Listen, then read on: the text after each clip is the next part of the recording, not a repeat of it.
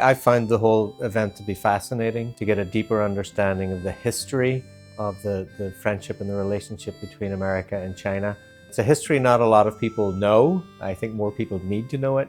I was vaguely familiar with the history of the Doolittle raid. The USS Hornet, where the Doolittle bombers left from, is in San Francisco Bay. I can see it from my office. I see it every day. So now I'm going to have a greater appreciation for that ship and what it did and the relationship that ship has with China and our respective relationships as countries.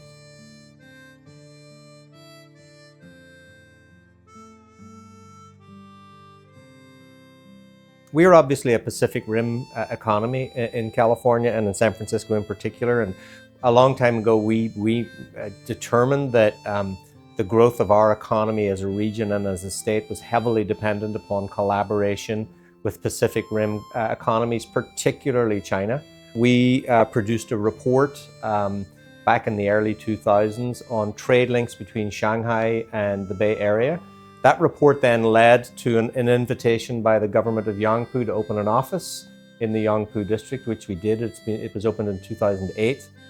We also have an office in Beijing, and we take delegations to China many times a year. Most recently to CIIE, where we brought a delegation. And we have a booth there every year where we bring California companies and introduce them to Chinese markets. So we've been very, very active, again, at the subnational level and in collaboration, trade and commerce collaboration between our region and China.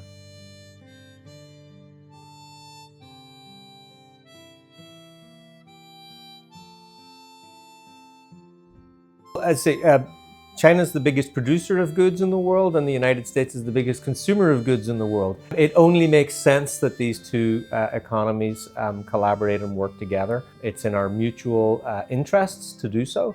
And as I mentioned in my comments earlier, it's also in our mutual interests to collaborate on climate change. We both have a lot to lose if we don't tackle that problem together. Again, as the largest producer of energy and goods in the world and the largest consumer of both, we not only have a common interest, but we have a common responsibility to lead the fight on climate change. So I think that's going to be the next great chapter in the relationship between the U.S. and China.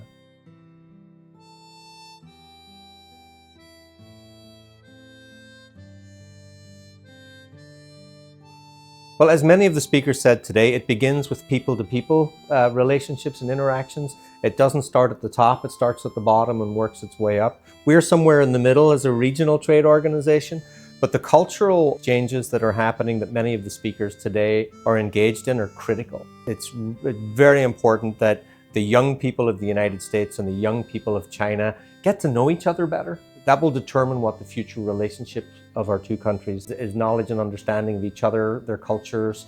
And we see that all the time with social media now becoming a universal platform where we have young people exchanging videos and cultural experiences. I think we're going to see a growth in cultural exchange that our generation didn't have, but with social media, we'll see it in the next generation.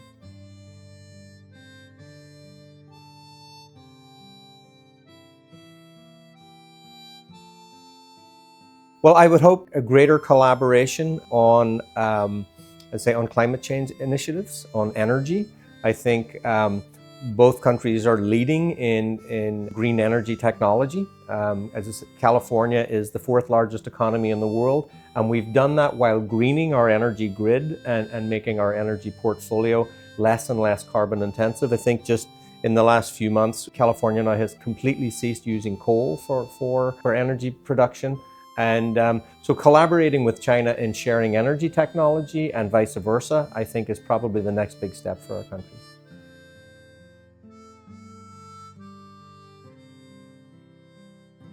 There are 1 billion Chinese people. I'm sure they're not all the same.